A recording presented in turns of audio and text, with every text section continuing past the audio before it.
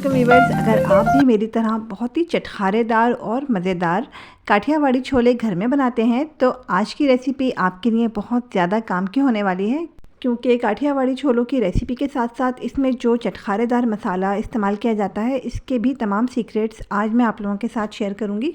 काठियावाड़ी छोले बनाने के लिए चनों को मैंने बॉईल कर लिया है और चनों को मैं नमक डाल के बॉईल करती हूँ। जब हम चनों को नमक डाल के बॉईल करते हैं तो ये बहुत अच्छे गलते हैं। सबसे पहले मसाला बनाते हैं। मसाले के लिए मैंने लिया है काला नमक और साबुत लाल मिर्च, साबुत धनिया, थोड़ी सी ली है अजवाइन और ज़ीरा, अजवाइन, साबुत धनिया और लाल साबुत मिर्च को मैंने हल्का सा तवे पर भून लिया था और हाफ़ टी स्पून से भी कम हमें इसमें टाटरी शामिल करनी है। अब इन तमाम मसालों को ग्राइंडर के छोटे वाले जार में डाल के हम थोड़ा दरदरा पीस लेंगे। बहुत ज़्यादा फ़ाइन हमें मसाले को नहीं करना है और मसाला अब बनके बिल्कुल तैयार है और ये काफ़ी टाइम तक ख़राब नहीं होता क्योंकि हमने मसालों को हल्का सा भून लिया था। तो चलिए अब छोले बनाना शुरू करते हैं। तो सबसे पहले हम इसमें ऐड करेंगे फूड कलर। तो इससे इसमें बहुत अच्छा कलर आता है और इसमें जो आप पानी देख रहे हैं ये वही पानी है जिसमें हमने चने बॉईल किए थे।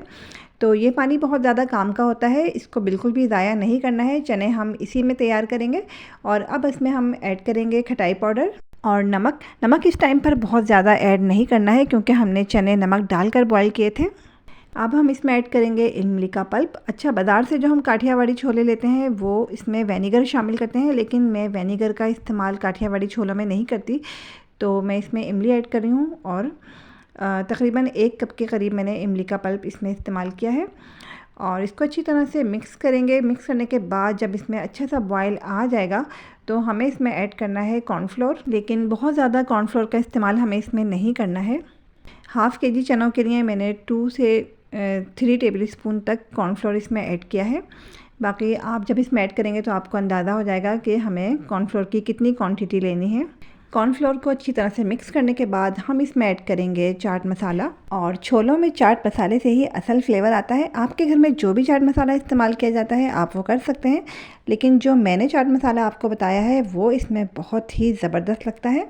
तो काठियावाड़ी छोले बनके अब बिल्कुल तैयार हैं। डिश आउट करते हैं। और साथ ही मैं आपको ये भी बता दूं कि मैं छोलों में जो प्याज इस्तेमाल करती हूँ इसको मैं काफ़ी टाइम के लिए ठंडे पानी में भिगो कर रखती हूँ और उसके बाद पानी से निकाल कर फाइन चॉप किया हुआ हरा धनिया इसमें ऐड करती हूँ। तो प्याज और हरे धनिया का कॉम्बिनेशन छोलों में बहुत बहुत टेस्टी लगता है। बाज़ार में मिलने वाले काठियावाड़ी छोलों से कहीं ज़्यादा मज़ेदार मेरी रेसिपी आप लोगों ने एक बार ज़रूर ट्राई करनी है। अपना और अपनी फैमिली का बहुत बहुत ख्याल रखिए, खुश रहिए, खुशियाँ बांटिए और अपनी होस्ट और दोस्त अमरीन रेहान को दीजिए इजाज़त। अल्लाह हाफिज़।